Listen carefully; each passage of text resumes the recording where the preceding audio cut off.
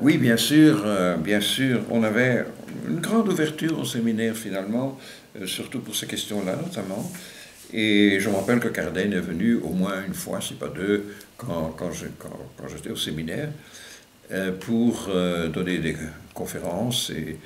Et donc il y avait une grande ouverture. Il y avait une grande ouverture. Est-ce que, parce que je sais qu'il y avait, j'ai trouvé des records de Cardin, Phillips et Don Dane, ils ont donné des cours, je ne sais pas si c'était chaque année ou c'était une ou Non, deux fois. Ou... non, j'ai jamais connu Philippe et Donden au séminaire, je les ai connus seulement à l'université, mais il y avait Tils, il y avait Aubert, D'accord, donc une série de gens qui étaient très ouverts sur les problèmes, tout à fait proches de la GOC aussi, d'accord.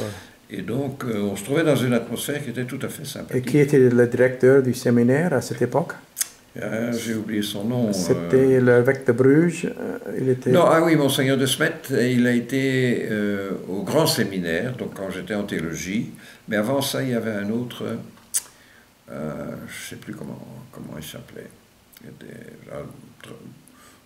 Quelqu'un de très gentil, pas particulièrement progressiste, mais enfin tout à fait, oui, assez ouvert quand même. Oui. Mais j'ai trouvé dans les archives de Monseigneur de Smet que dans les années 30, il était abonné aux revues de la Jacques et tout cela. Oui, lui était un fervent, hein. C'était vraiment aussi. un fervent de la GOC.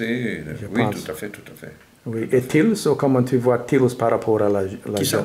Gustave Tils. Gustave Tils, très positif. Très positif très, aussi. très positif, oui. Parce qu'il avait la théologie des réalités terrestres, voilà, des choses comme ça. Exactement, exactement. Et c'était très, très, je ne dirais pas inspiré, mais quand même, pourquoi pas, par les expériences de l'Action catholique spécialisée. Donc, oui, tous ces gens-là étaient tout à fait... Et Phillips, comment tu vois Phillips par rapport à Cardin et l'Action catholique? Phillips aussi était quelqu'un de tout à fait positif. Quand j'étais à Louvain, j'ai connu Phillips à Louvain.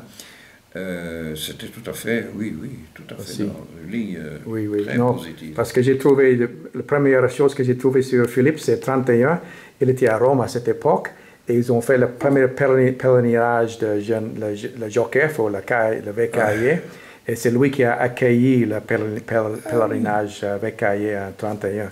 Donc ça veut dire déjà, il était impliqué, quoi, oui. C'est ça. Mais je voudrais dire aussi que, après mes études à Louvain et à Chicago, Cardin m'a demandé si j'accepterais de succéder à, comment s'appelait-il, l'aumônier international, qui était un bon ami aussi, si j'accepterais de devenir l'aumônier international de la GOC.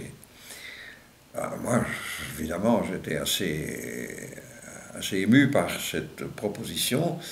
Je lui ai dit, moi, je suis tout à fait à disposition, mais le cardinal Vandrouille n'a pas voulu. C'était quelle époque, ça? Oh, ça devait être dans les années, je suis rentré en 50, oui, 54, 55, oh, peut-être un peu plus tard, parce que notre ami, là, comment s'appelle-t-il, qui était aumônier international de la GOC, international, un prêtre flamand. Flamand de Halle aussi. J'ai oublié son nom, comment ça s'appelle? Oui, il y avait... il est devenu pour le conseil pontifical pour la laïque après. Ah, c'est ça, c'est bien possible. Oui. Aussi, son nom m'échappe pour l'instant aussi. Oui, c'est ça, enfin, peu importe, mais quand lui a démissionné ou bien est arrivé au terme de son mandat, quoi. Oui, parce qu'il est devenu aumônier officiel, parce qu'il était adjoint de Cardin dans les, je ne sais pas quelle année, fin des années 50, 60, et puis après il est devenu successeur de Cardin, mais je pense que c'était 65, et formellement il est devenu, enfin 64 peut-être. Oui, c'est ça, tu peux vérifier les dates. D'accord, oui, c'est ça. Moi, je ne me rappelle plus la date exacte. D'accord. Mais voilà, c'est comme ça que ça s'est passé.